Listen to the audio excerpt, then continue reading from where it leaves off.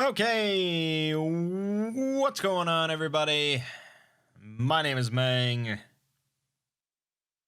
and today I'll be giving you my top 10 video games of the year 2020. I like to do this every year as I play a lot of video games, primary hobby of mine. And I wouldn't say I have the most varied tastes in the world, but I bop around a little bit, and I tend to play most of the major releases every year and some oddball stuff. So, um, you know, I can make a top 10 every year. I don't really struggle with it. Now, this year, or last year, I suppose, 2020, uh, was an interesting one, of course. And I think compared to the movie industry, which was really shat on in 2020, I think the video game industry did all right. Plenty of people staying home playing video games, and there were a bunch of really good video game releases this last year. I didn't struggle too much to come up with 10. Now, as usual, anytime I do a top 10 list, the top 3 are pretty easy. They just slot right in there. The rest of them, they can bounce around a little bit. It's sort of hard to say exactly where each one falls and lands and blah, blah, blah. And maybe something else would be swapped in and then swapped out and blah, blah, blah. So we'll get into it. Honorable mentions. There are 2 honorable mentions. Both are open world games, and both are not on the list purely because I just have not spent enough time with them. And that's Assassin's Creed Valhalla and Spider-Man Miles Morales. Now, both games, the time that I have spent with them, I've enjoyed quite a bit. And I think if I had played more, probably both of them would be on the list somewhere. But just, yeah, we got a flurry of open world shit all at once. I was bouncing from like Genshin Impact to Watch Dogs Legion to Assassin's Creed to Cyberpunk to Ghost of Tsushima and Spider. I mean, we were all over the place. So, yeah, I'll get to them, but sadly, not. We got to make this list at some point. Alrighty then. So those are the honorable mentions. Number 10, Mortal Shell. That's right. So this Mortal Shell is a Souls-like, very much so, very much in the vein of Dark Souls, but it's Dark Souls kind of stripped down and distilled to its most basic principles. It is a pure form of Dark Souls, which does not mean like the best. Purity is not always what you want. You need some.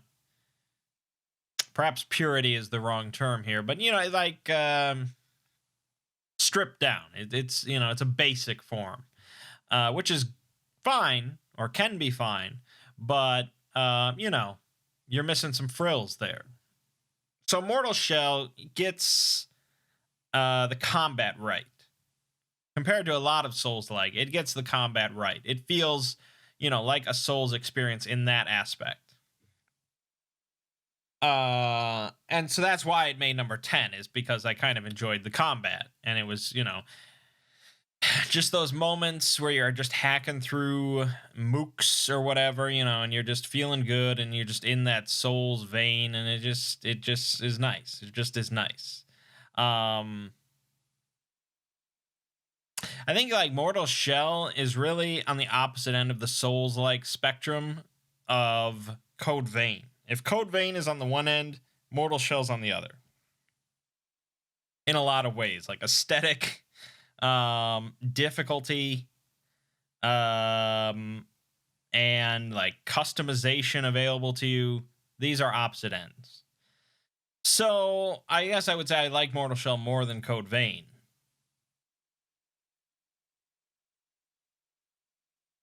And where Mortal Shell sort of suffers is like it doesn't suffer with the aesthetic overall. I think the aesthetic is pretty good. It's very grim, very dark, very just kind of, grim dark, both of those.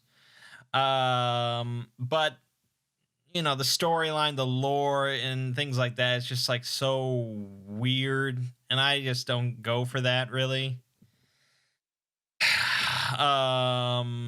But yeah, other than that, Mortal Shell, solid little Souls-like, nice little experience I had with that. Compared to like Hellpoint this year that I also dabbled in. I think if I counted it, I would probably say Surge 2 was the best Souls-like game I played this year or last year, but I'm not going to count that, so Mortal Shell. Number 9, Ori and the Will of the Wisps. So I liked the first Ori game quite a bit. I thought that was a really just pleasant little platforming adventure game. Nothing too shabby about that.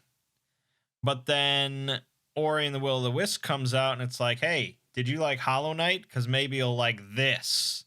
By just taking quite a few things from Hollow Knight with like customization and different abilities available, different badges available to you, things like that. And then they went a step further by like giving you like different weapons you can use and things like that, and just really kind of made it a fun experience outside of like level design and platforming design, things like that. Just being able to customize your character in combat and stuff like that. Adding that onto the already like really enjoyable Ori experience of just the adventure platforming. I really had a fun time with that game, and I don't know. I don't think I like 100%ed it, but I think I got pretty close. Yeah, and I don't play a lot of like platforming adventure games, but when they look that good, they sound that good, they play that good, it's a good experience. So that's all there really is to say. I love for there to be a third game, and they, keep it up. They keep up that customization, and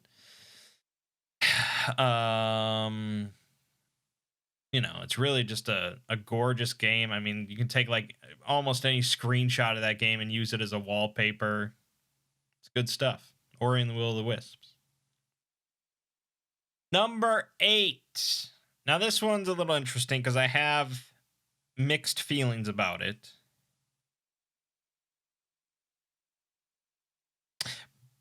But overall, it is really cool.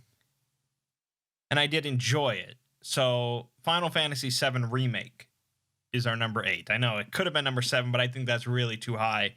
Honestly, this could have been 9. But yeah, the Final Fantasy VII Remake, it's got issues. No one's gonna argue that, I hope. It's got issues with pacing and with changes from the original. Some music choices even. Stuff like that. But overall, seeing, all these story elements and things like that taken from the original, PlayStation 1 version, seeing it in gorgeous modern tech, and all that, and having voice acting, hearing Barrett actually, voice his lines and stuff. It's good. The combat overall pretty solid. I'd rather it be turn-based because I'm just old school like that. But it's not bad. And I would prefer this like real-time kind of shit, what they're doing with like 15 and 7 Remake and stuff like that. I prefer that to like what they did with 10-2. 10-2 is a game I just cannot play because it's like the hybrid. It's like I don't know what it's like real-time turn-based, and it just throws me off, and I just hate it. I just hate it. I can't stand it. So, I would have preferred if the 7 remake was just turn-based and was just in like a PS4 level version of the original game, and we had gotten the whole game for $60. That would have been nice. But I do think there is a lot good to say about the remake as it is, and I did enjoy my time with it. So that's good enough. That's good enough, I suppose. Number 7. Our first open world game here. Ghost of Tsushima. Now, Ghost of Tsushima does a lot of shit right. I mean, it really does. The storyline, the aesthetic, the music, I mean, just like, that game is just a beauty in a lot of ways. And the gameplay starts out really fun. I mean, if you watch my Let's Play of Ghost of Tsushima, maybe you didn't, but my problem with that game is primarily that it was far too easy. And no level of difficulty that they had or that they could add made it not difficult. And I know some people would just say, well, Mangg, just don't use the kunai. Just don't use the kunai, and then, you know, take away what is making the game easy until it's difficult. And there you go. And it's like, yeah, I guess I could do that. Any game where I'm having an easy time, I could just arbitrarily make it difficult for myself, but that's not really fun. So I don't know. I mean, even if I did take away kunai, I think kunai was just kind of a part of the easiness. It was a big part, but it was just a part. I don't know. I mean, look, I platinumed that game. All right, I did. I ended up platinuming that game, which is very, very rare for me to get every trophy achievement in the game. So I really like Ghost of Tsushima. But the thing is, whenever I think back on it, I don't think about the platinum trophy. I think about how I played on like lethal difficulty and just cheesed everything, and it was really easy. So that sort of colors the experience in a way. But even with that in mind, it still made it to the 7 slot because of how good it looked, how good it sounded, the aesthetic. It was fun to sneak around, you know, in this awesome setting. You know, pretty unique setting. We don't get it too often of an open world Japan. That's, you know, like sort of not mythological, but I don't know what the term for the dynastic, or I don't know what the term for that period of time is. But yeah, it was a unique game, very enjoyable overall. Eclipsing it slightly, and again, this could bounce around, you know, who's to say, really. Another open world game, number 6, Cyberpunk 2077. Big release. I mean, this was a monster of a hyped game. And then things kind of came crashing down. CD Projekt Red had just built up all this goodwill in the video game world. They were on the top of the heap. Like every gamer loved CD Projekt Red, even if you didn't, you know, care for The Witcher 3. They were doing all the business practices right. And they were just the good guys of the video game world. And then things just sort of spiraled out of control.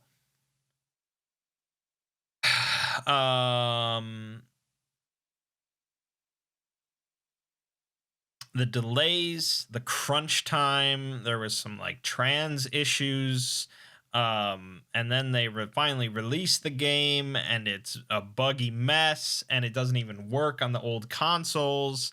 And they seem to have known that it wouldn't have worked, but they're just like, fuck it, let it go. And then they like pulled it from the digital store, and it's like, oh my god. But past all of that, underneath all of that, there is a good game there. Not amazing, not life-changing. This isn't a number one for the year or anything like that. I do think there's a lot of missed potential there. I do think the game was kind of rushed, even though it feels like it's been developing for like 6 years. But it's a good game. It's a fun game. I spent quite a bit of time with it.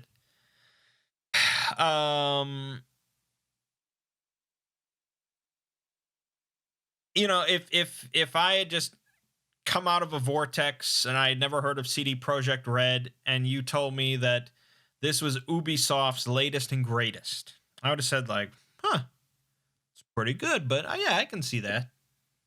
It's like a really good Ubisoft game. That's what I can say about Cyberpunk 2077. There's nothing wrong with that. Ubisoft has, you know, they have consumed a decent number of hours of my life with their video games. They have a lot of misses. They're not incredibly innovative most of the time, but they can put out a good game. And that's sort of what I think of Cyberpunk 2077. It doesn't really do much that's like, this is a game changer. This is the next step in video game simulations. And I feel like I'm living in this, you know, breathing, real cyberpunk world. You know, it's not like that. It's just a decent video game. And that's okay. So, yeah, I mean, I've spent a lot of time with it. So, there you go. I've spent a lot more time with Cyberpunk than I have with this number 5, but number 5 is number 5, and it's Doom Eternal. Perhaps this is low, but I think I do need to do another playthrough of it to really, you know, see where it's sitting. I got to play the DLC to see where it's sitting, but it is a really good first-person shooter. And I think it's probably, in some ways, better than Doom 2016. Maybe not every way. Perhaps not better in every way. But in some ways, they did do some improvements. And overall, they put out a hell of a good game. And you know, I don't really need to say much about Doom Eternal to tell you why, you know, why it's on the list here. It's visceral, it's heart-pounding, it's intense, it's exciting. It's just fun. It's just fun in a game form, you know, bottled up. And yeah, you know, it's not a game that I could sit there and play for like 6 hours at a time or anything like that. You know, it's a game that you gotta parcel out. It's not a game that I'm gonna put, you know, 100 hours into or anything like that. But it's a game that I will continually return to, compared to, say, Final Fantasy VII Remake. So, yeah, Doom Eternal is going to stand the test of time for a while, and that alone puts it at number 5. Number 4. We're kind of burning through this list, aren't we? Usually I talk a lot more, but maybe I'm getting short-winded in my old age. Hard to say. Number 4 is Desperados III. This is the first game I've played in the Desperados franchise. Normally you don't just jump into the third game. But with Cyberpunk, I jumped into the 2077th game in the series, so I guess that's fine. But the developers of Desperados 3 also made one of my other favorite tactical strategy games, Shadow Tactics, which was sort of a Japanese Ghost of Tsushima kind of time period. Built in the vein of like the Commando series, where you get a crew of characters with different abilities, and you get this big map with different objectives and enemies just littered across the whole place. And it's up to you to figure out how to do it, typically through stealth, a lot of stealth. So tactical stealth games, tactical isometric stealth games, I guess. And Desperados 3 is basically shadow tactics in the Wild West.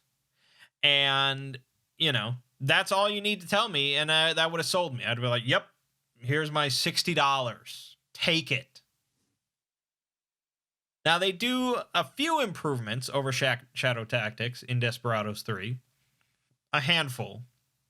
But overall, it's very much the same game. And in fact, a lot of characters have sort of like similar abilities to what they did in shadow tactics. But you get guns, you get different kinds of guns, you get, you know, more explosives, and you get much more populated locations. I mean, more sprawling locations, city locations, with civilians just everywhere, and you know, it gets a lot more interesting. I didn't do a Let's Play of Desperados 3, and the reason for that is because when I play a game such as this, I will spend just hours on a map because I want to clear out every single enemy on the map. And even better is if I can like knock out every civilian as well. And so there's just nothing on the map at all except for my characters at the end. That's really ideal. And that takes a long time, but it's so interesting. Like when I played the most recent Splinter Cell, it's like 26 years old at this point, but Blacklist, I think it was. There's like 3 different ways to play that game. There's the assault way, or I think that's what they call it, where you're just running around with a shotgun. I don't know why you'd play the game like that, but okay. There's the ghost way, which is how they sort of want you to play, where you interact with enemies as little as possible, and you basically are just doing pure stealth, not even like knocking them out or anything, just pure stealth. And that's fun. I mean, it is fun, but that's not the most difficult way to play. I found the most difficult way to play is the Panther style, where you have to basically knock out or take out all the enemies, or as many enemies as possible, without being seen. That's where it gets difficult, because you have to deal with bodies then, and you have to, you know, slowly plod through these sections and know all the sight lines, you know, and take out enemies without being seen, and you know, deal with the bodies and blah blah blah. That's where it gets difficult, and that's where it gets really interesting. And that's how I like to play like Desperados 3 and Shadow Tactics, because it just really forces you to use just every skill at your disposal, all your characters and everything you've got, to be able to just wipe through the whole map without, you know, well, dying, basically. And the way that I like to do it, even to make it even more interesting, is I like to do as much as I can, as much as I feasibly can, with one character. And it's funny because I'll do this on, like, I did this on my first playthrough. And I don't know, I just, maybe I brought it over from Shadow Tactics, but just do as much as I can throughout the map with only one character until I get to a situation where I literally cannot think of how to do this with one character, and then I'll bring in someone else. But that's, and I spent hours and hours on Desperados 3, and it makes me want to play it again, but, you know. And I really, they're doing, like, they added like challenge missions, and they're adding more missions and stuff like that. So, yes, very good game. Very good game. Okay. Number 3, Demon's Souls. Now look, I love Souls games, and I think any other Souls game in any other year would be the number 1. I mean, I think if you look at my past years, that's typically how it's gone. Bloodborne was number 1. Sekiro was number 1. I'm sure Dark Souls 3 was number 1. The reason that this has only made it number 3 is honestly just because it's a game I've played before. This is not a fresh experience. Now, I loved the Demon Souls revival, remake, whatever. They did a fantastic job with that. Really knocked it out of the park. I can't wait for them to touch some of the other Souls games. And I'm gonna keep playing Demon Souls. I've got some more playthroughs I want to do, and it's one, there's no reason to ever go back to the original, which is in sharp contrast to the Final Fantasy VII remake, which, if I want to play Final Fantasy VII, I will only go back to the original. So that's sort of an interesting, mix there. The 7 remake is one that really didn't make the original obsolete, whereas, in my opinion, the Demon Souls remake did completely make the original obsolete. For me, at least. And I think for a lot of people. So that's a really good remake. But again, it's a game I've played before. It's an experience I've had before. If you watch my Let's Play of that, I was pretty well versed in what I should be doing as I went through that game. It did not take long to do that playthrough compared to, say, if you went back and look at all my other first playthroughs of, say, Sekiro or Bloodborne. Or actually, you didn't get to see my first playthrough of Bloodborne. Dark Souls 3, Dark Souls 2. I didn't even rage quit, I don't think. I didn't even rage quit during my Demon Souls playthrough. That's how you know. That's how you know that I have pretty much got that shit on lockdown. But, yeah, it was so well put together that it's number 3. And it could have been number 2, but, yeah. We've got some good couple games here. Number 2. Boy. It's The Last of Us Part 2. Controversial game. I think, even considering Cyberpunk, I think this is the most controversial game of the year. But I ignored all that shit. I don't care what you have to say. I don't care what you have to say about Last of Us 2. I only care what I have to say about Last of Us 2. And I thought it was awesome. Here was a game where I went in not really caring about story just because I never care about story. And maybe I cared a little bit more than normal just because I really liked the story of Last of Us 1. I like post-apocalyptic fiction like that, and I thought, the first one is an incredible game with an incredible story. But I was not going into the second one like, oh, this better have an incredible story. I was going in thinking this better have incredible gameplay. That's what I go into video games thinking. So it's so surprising then, I guess, in a way, or perhaps not surprising, that I enjoyed the story of the second one so much. It's not surprising in the sense that I enjoyed the first story so much. So, in a vacuum, I think if I told a random passerby that had no knowledge of the situation, they wouldn't be blown away by the concept that I liked the story of the sequel when I liked the story of the first one. But it is a little surprising because it is such a controversial game, with the majority of the controversy pointed at the story.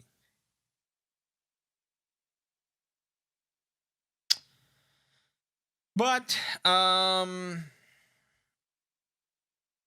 I just, they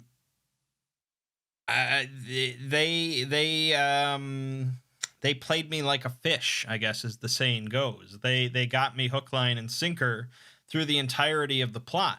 I was strung along, in a good way. They had my ears, they had my eyes, and I was just ready to be regaled with their story.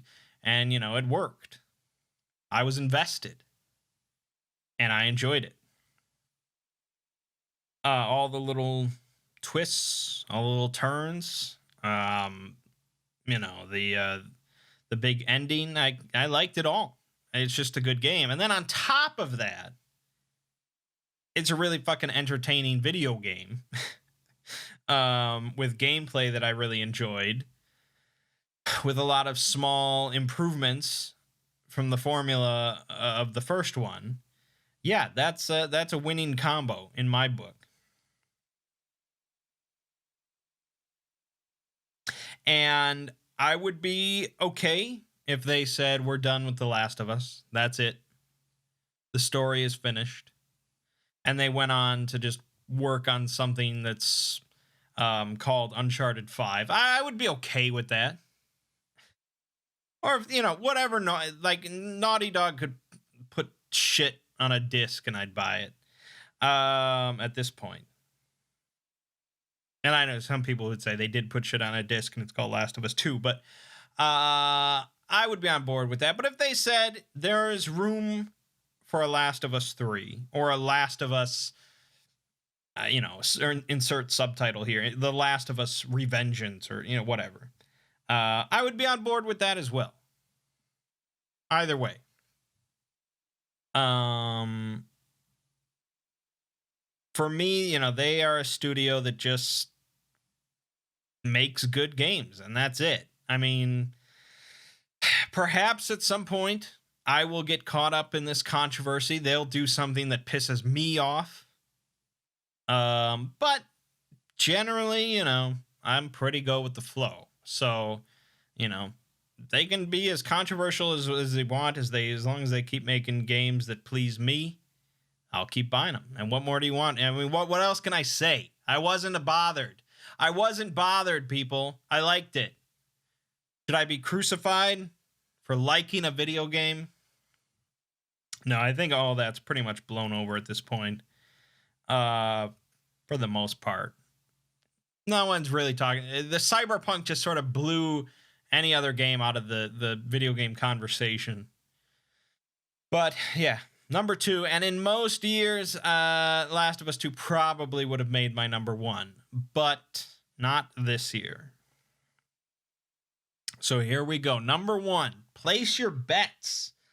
You're thinking back through all these games. What could be better than any of those that came out in 2020? Well, I'll give you a hint. I cheated.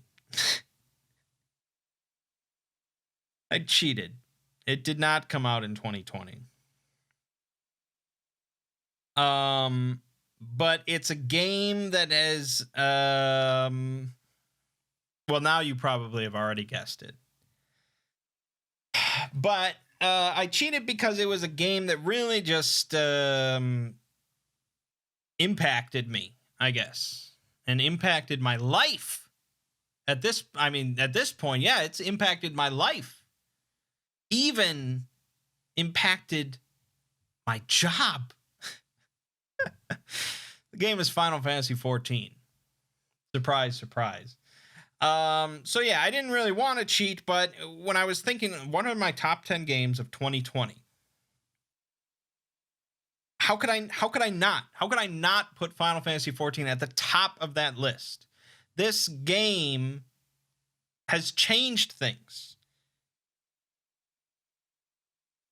I'm putting out a 140-part Let's Play of this game that encompasses like 175 hours of footage. And I'm doing that a second time with even more work involved to make a series of summary videos as part of my job. Final Fantasy XIV is the game that I decided would bridge the gap between my job and my hobby. That's a fucking impactful game, man. So, no, technically, Final Fantasy XIV did not come out in 2020. But for me, I didn't even first play it in 2020. That's the funny thing. But I think really I was introduced to Final Fantasy 14 this last year. Not even that long ago, really. It's only been a handful of months. But yeah, this game, I mean,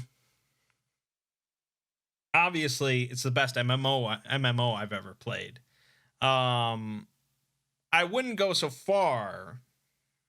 I wouldn't dare go so far as to say it's the best Final Fantasy I've played.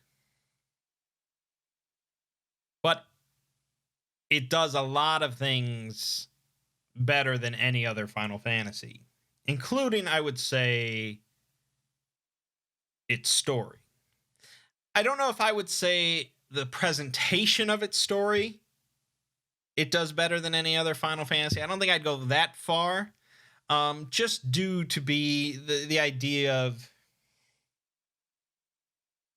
it's sort of like I think a quote from Yahtzee is like, you know, can the world's biggest pie really ever be considered the best pie? You know, something like that. When you're considering the totality of and the presentation of a story, a singular story, I don't think Final Fantasy 14 does it better than, say, 7. If you're just looking at a single story and the plot points within that story and things like that, the expansiveness of 14 doesn't automatically. There's a lot of filler, I guess, is what I'm saying. Now compared to Final Fantasy 7 Remake, well, then you might have something, but I think if you compare 14 to like an entire like 9-season long television show, whereas say, well, I mean, or even look at it like my my exploring videos. You know, if I did the story of Final Fantasy 7, that would be like 3 videos or something like that. I don't know. Probably something like that. Whereas the story of Final Fantasy 14 is going to be like 30 or 40 videos. You know, it's just the scale is so different. It's hard to really compare the stories and which one is better. There are like arcs. There are arcs in Final Fantasy 14 of story that I think can make it like, yeah, this game has the best story in the series. But if you look at the entire thing, it's not even finished yet. That's part of it. Like, we can't even say we don't even have the whole story of Final Fantasy 14. But if you look at it just now, from level 1 to the end of Shadowbringers, it's sort of all over the place. You know, compared to pretty much any other RPG, like a single player RPG.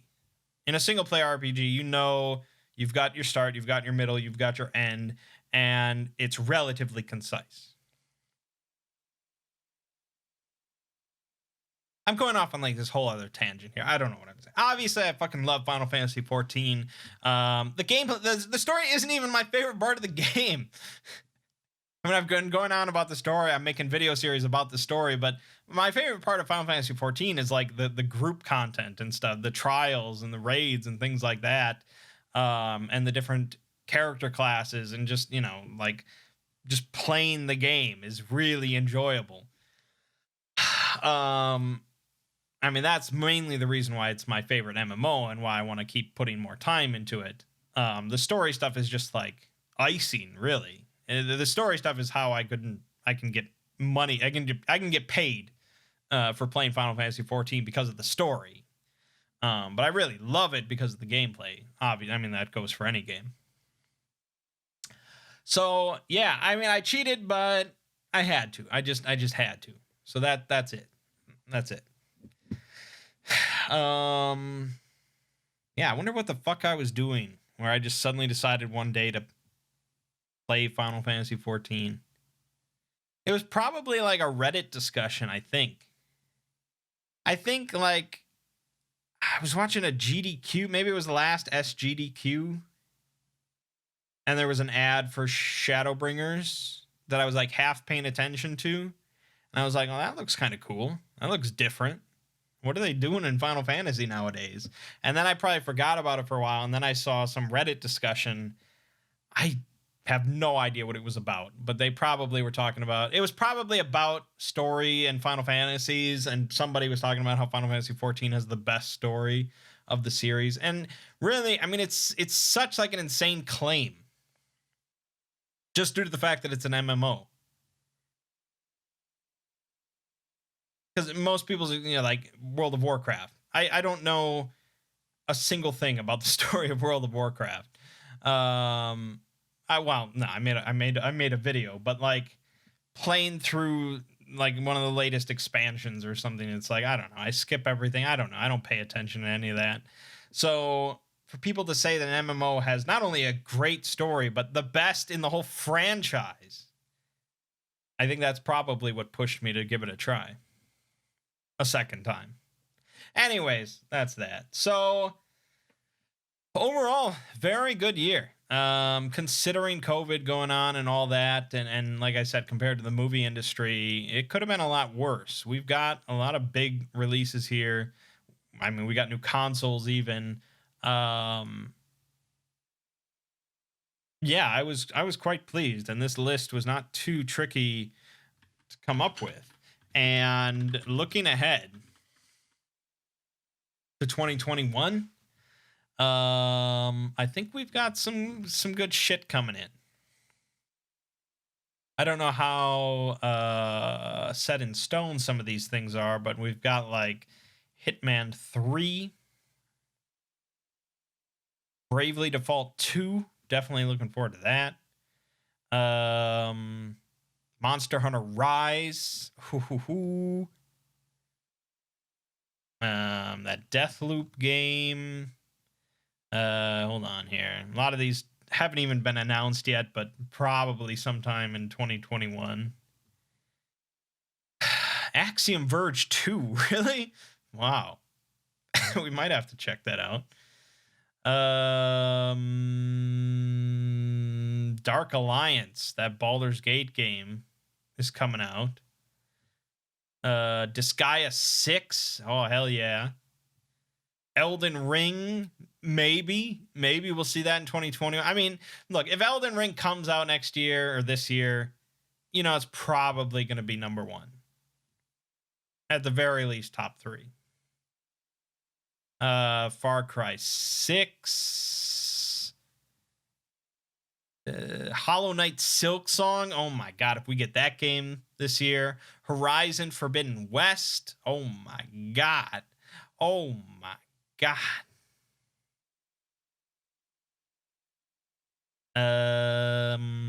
There was something else big coming out. Oh, the new Ratchet and Clank. Yes. There's a lot of games coming out. The Lord of the Rings Gollum. That's got to be good. Warhammer 40K Dark Tide. What is that? Fuck is this? Oh, 4-player co-op. Oh, I might have seen this.